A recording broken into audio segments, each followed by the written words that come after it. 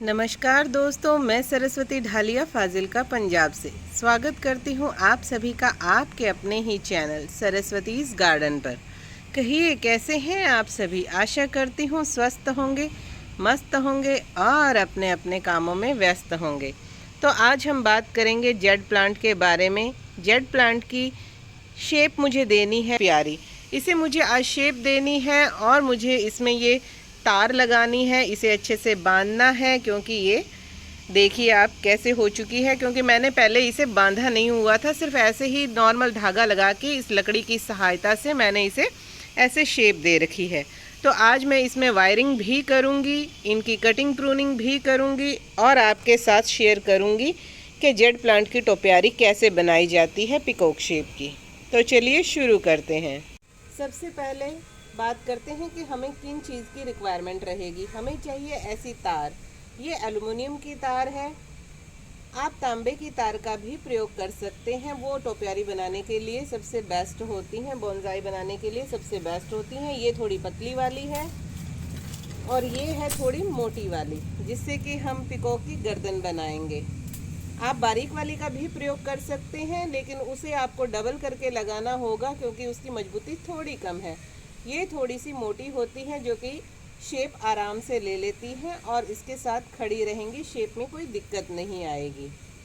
अगर आपके पास ये वायर नहीं है तो जिस पे हम कपड़े सुखाते हैं उस तार का भी प्रयोग कर सकते हैं, क्योंकि उसमें भी वायर होती है, वो भी आराम से चल जाती है। ये देखिए इसमें वही वाली तार लगी हुई है जो मैंने बस ऐसे ही सपोर्ट के लिए लगाई थी, तो आप इसका भी प्रयोग कर सकते हैं। अब सबसे पहले जो ये इसमें मैंने लकड़ी का सपोर्ट दिया है और ये दिए हैं, मैं इन सारों को खोल लूँगी और उसके बाद ही हम अपनी टोपियारी बनाना शुरू करेंगे। जेड प्लांट की टोपियारी बनाना बहुत ही सिंपल है। आप किसी भी शेप और साइज़ में इसकी टोपियारी या बोनसाई बना सकते हैं। पिकॉक शेप भी बहुत ही आसान है, उसके लिए आपको ज़्यादा कुछ नहीं करना, सिर्फ आपको ऐसी वायर लेनी है और वायर को आपका प्लांट अगर बड़ा है तो उसके हिसाब से आप इसे नाप लीजिए कि उसकी गर्दन आपको कितनी रखनी है। अगर प्लांट छोटा है तो उस हिसाब से वायर को आपको काटना है और ज़्यादा कुछ नहीं करना। आपको वायर को कट करके सिंपली आगे से यू टर्न ऐसे देना है, जैसे हम क्वेश्चन मार्क बनाते हैं या जैसे हम दो लिखते हैं, दो मीन्स टू लिखते हैं, बस वैसे इसको आगे से बस ऐसे कर देना है, हल्का सा गोलाई देनी है। ठीक है। अब उसके बाद मैंने इसे अपने प्लांट के शेप में इसे नाप लिया है और मैं इसे इतना काटने वाली हूँ। काटने के लिए आप प्लकर का यूज़ कर सकते हैं, बहुत ही आसानी से कट जाता है। ये देखिए, बस सिंपली आपको सिर्फ क्वेश्चन मार्क ऊपर से ऐसे करना है और इसको आपको थोड़ा सा और बैंड करना है और ये हमारी पिकॉक की शेप तैयार हो जाएगी। देखिए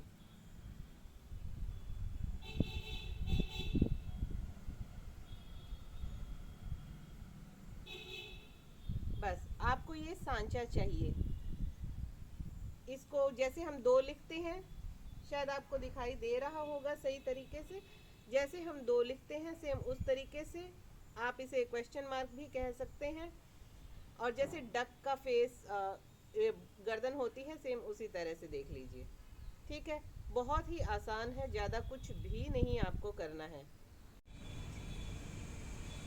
अब इसे हमें इसके ऊपर बस ऐसे सिंपली इसको लेकर इसको बांध देना है।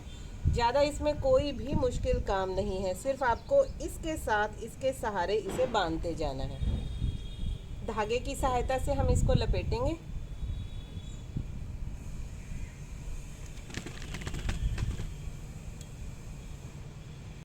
अब आपको कोई भी धागा या पतली वाली वायर लेनी है और उसके सहायता से इसे आपको इसी शेप में इसके साथ साथ बस बांधते जाना है। बांधना आपको हल्के हाथों से है, लेकिन इतना भी खुला नहीं बांधना कि ये बार बार गिरने लग जाए। हल्के हाथों से टाइट करते हुए हमें इसे पूरी तरह बांध देना है। मैं बांधने के बाद आपको दिखाती हूँ।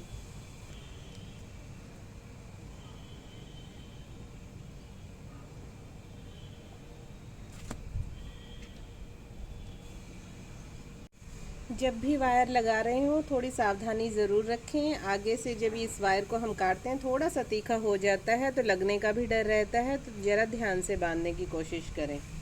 वैसे जो एल्युमिनियम वाली वायर होती है ये जैसे तीखी कट गई तब ये हमारे लगती है, वरना इसके लगने का कोई डर नहीं होता है। देखिए गर्दन तो हमने इसकी तैयार कर ली है। अगर ये थोड़ी सी डी शेप हो तो आप इसको थोड़ा सा झुकाकर थोड़ा आगे पीछे करके आप इसे शेप दे सकते हैं, और जैसे पिकॉक की शेप होती है सेम उसी शेप की आ जाएगी। हमें बस इस सांचे को सही से बनाने की ज़रूरत होती है, बाकी हमें इसमें पिकॉक टोपियारी में ज़्यादा कुछ भी नहीं करना होता। अब हम इसके जो ये नीचे वाले पंख हैं उन्हें थोड़ा सा बांधेंगे और उन्हें साइए। इसके पंख फैले हुए हैं, बहुत ही अच्छे लग रहे हैं, पर बांधने से थोड़े से जैसे ऊपर से शेप में आ जाएंगे। तो मैं यहाँ से इसको बस इतना सा बांधूंगी और ये नीचे जो है बाकी खुले लटकते रहेंगे। आप अपने अकॉर्डिंग जैसी भी आप इमेजिन कर रहे हैं उसी तरीके से आप बांध कर इसे शेप दे सकते हैं। बहुत ज़्यादा दिक्कत वाला नहीं होता, बहुत ही आसानी से बहुत ही जल्दी तैयार होने वाला ये पिकॉक टोपियारी है। जेड प्लांट इतना अच्छा प्लांट है कि जैसी शेप आप इसे देना चाहते हैं सेम उसी शेप में ये ढल जाता है। जैसे आप इसे मरोड़ेंगे तार के साथ वैसे वैसे ये मुड़ता जाता है। इसलिए टोपियारी और बॉन्साई बनाने के लिए सबसे बेस्ट प्लांट जो है वो जेड प्लांट है, क्योंकि इसकी केयर भी बहुत ही आसान है। इसमें ज़्यादा कुछ भी नहीं करना होता, कम पानी की ज़रूरत होती है और फुल सनलाइट की ज़रूरत होती है। बाकी इसके अलावा इसे ज़्यादा किसी भी केयर की ज़रूरत नहीं होती है। देखिए कितना सुंदर लग रहा है। मैंने इसे दही का जो डिब्बा आता है उसे काटकर जो ये नीचे का हिस्सा है उसमें लगाया हुआ है, और जो ऊपर का हिस्सा था यानी कि जो नीचे का हिस्सा था जो ढक्कन वाला हिस्सा है उसमें मैंने इसे लगाया है, और जो दूसरा हिस्सा है उसमें मैंने दूसरे प्लांट को लगाया हुआ है। क्योंकि टोपियारी के लिए हमें शैलो पॉट चाहिए होता है और मेरे पास शैलो पॉट नहीं है, इसलिए मैंने इसको इसी में लगा दिया है। पहले भी मैंने इसे इसी धागे से पंख को बांधा हुआ है बिल्कुल हल्के से, तो मैं अब भी इसी का ही यूज़ कर रही हूँ। मैं पतले वाले धागे का यूज़ नहीं कर रही हूँ क्योंकि इससे ये कटेगा भी नहीं प्लांट हमारा, और बहुत ही सुंदर तरीके से बिल्कुल आसान से ये यहाँ पे मैं इसको बांध दूंगी और ये शेप ले लेगा। जब ये ग्रो कर जाता है तो इसमें धागा या रस्सी कोई भी चीज़ दिखाई नहीं देती है, इसलिए बेफिक्र होकर आप यूज़ कर सकते हैं। हाँ अगर ग्रीन कलर आपके पास है तब तो वैसे मुझे तो बिना बांधे ही इसके पंख बहुत सुंदर लग रहे हैं, लेकिन फिर भी थोड़ी सी शेप देने के लिए इसे बांधना ही पड़ेगा, क्योंकि जब हवा आंधी चलती है तब इसे थोड़ी सी दिक्कत हो सकती है, अदरवाइज इसे कोई प्रॉब्लम नहीं होगी। तो हम इसे बिल्कुल हल्के हाथों से और बिल्कुल सिंपल सा बस हल्का सा लपेट देंगे।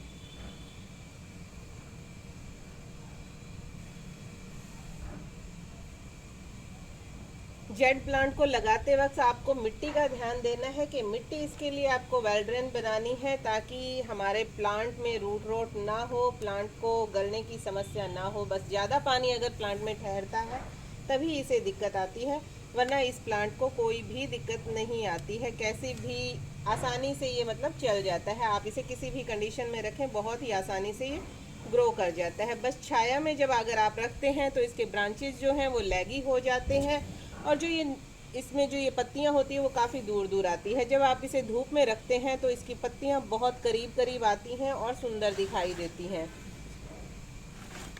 अब हम जो इसमें एक्स्ट्रा पत्तियां निकली हुई हैं या एक्स्ट्रा जो ब्रांचेस साइड से आ रही हैं उन्हें कट कर देंगे, क्योंकि कटिंग पिंचिंग प्रूनिंग से ही जेड प्लांट घना होता है और इसकी जो शेप है वो काफ़ी घनी और सुंदर हो जाएगी। जब आप इसकी ये जो एक्स्ट्रा ब्रांचेस हैं इन्हें काट देंगे फिर यहाँ से मल्टीपल शूटेज निकलेंगे और उसी से ये घना होगा जो कि देखने में सुंदर लगेगा।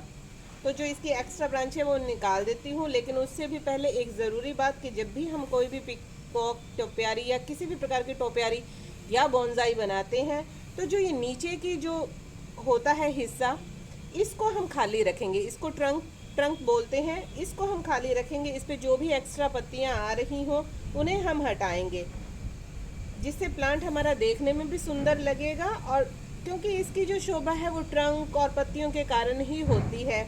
जितना इसे साफ सुथरा रखेंगे उतना ही ये ऊपर से हेल्दी और बुशी होता जाएगा। इस बात का भी आपको ध्यान रखना है।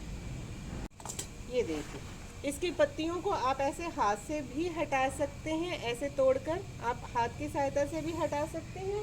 कैंची या चाकू किसी भी मदद से आप इसको हटा सकते हैं। जो भी आपके पास औजार हो उन्हीं के द्वारा आप इनको हटा सकते हैं। और हम इन्हें फेंकेंगे नहीं। ये छोटी से छोटी कटिंग और बड़ी से बड़ी कटिंग इसकी जो है वो ग्रो हो जाती है, इसलिए हम दोबारा इन्हें कटिंग लगाने में ही यूज़ करेंगे। इस बात का भी आप ध्यान रखें कि आपके पास फिर इससे काफ़ी सारे प्लांट तैयार हो जाएंगे। मैंने भी एक छोटी सी 3 इंच की कटिंग से ही शुरुआत की थी अपने जेड प्लांट की, और आज मेरे पास ढेरों सारे प्लांट हैं और बहुत से, लगभग 200-250 से ऊपर मैं बांट चुकी हूँ। क्योंकि फिर इतने प्लांट जब इकट्ठे हो जाएं तो हम उनका क्या करेंगे। जिनको पसंद होते हैं मैं उनको देती रहती हूँ, तो वो भी खुश, मैं भी खुश, क्योंकि प्लांट लगाने का जिन्हें शौक होता है वो कटिंग फेंकते तो है नहीं, लगाते जाते हैं साथ की साथ में। ये जितनी भी हैं टिप्स इनकी, उन सबको हमें काट लेना है और जो एक्स्ट्रा ब्रांचेज आ रही हैं उन्हें भी हमें हटाते जाना है, जिससे प्लांट देखने में सुंदर होगा और धीरे धीरे घना भी होता जाएगा। तो दोस्तों, देखा आपने कितना आसान है पिकॉक टोपियारी बनाना। बस कुछ ही बातों का ध्यान रखना है और उसके बाद थोड़े ही दिनों में ये प्लांट आपका घना और बुशी हो जाएगा। पिकॉक शेप जो है बहुत ही ज़्यादा निखर कर आएगी। बस हमें टाइम टू टाइम इसकी पिंचिंग और प्रूनिंग करते रहना है।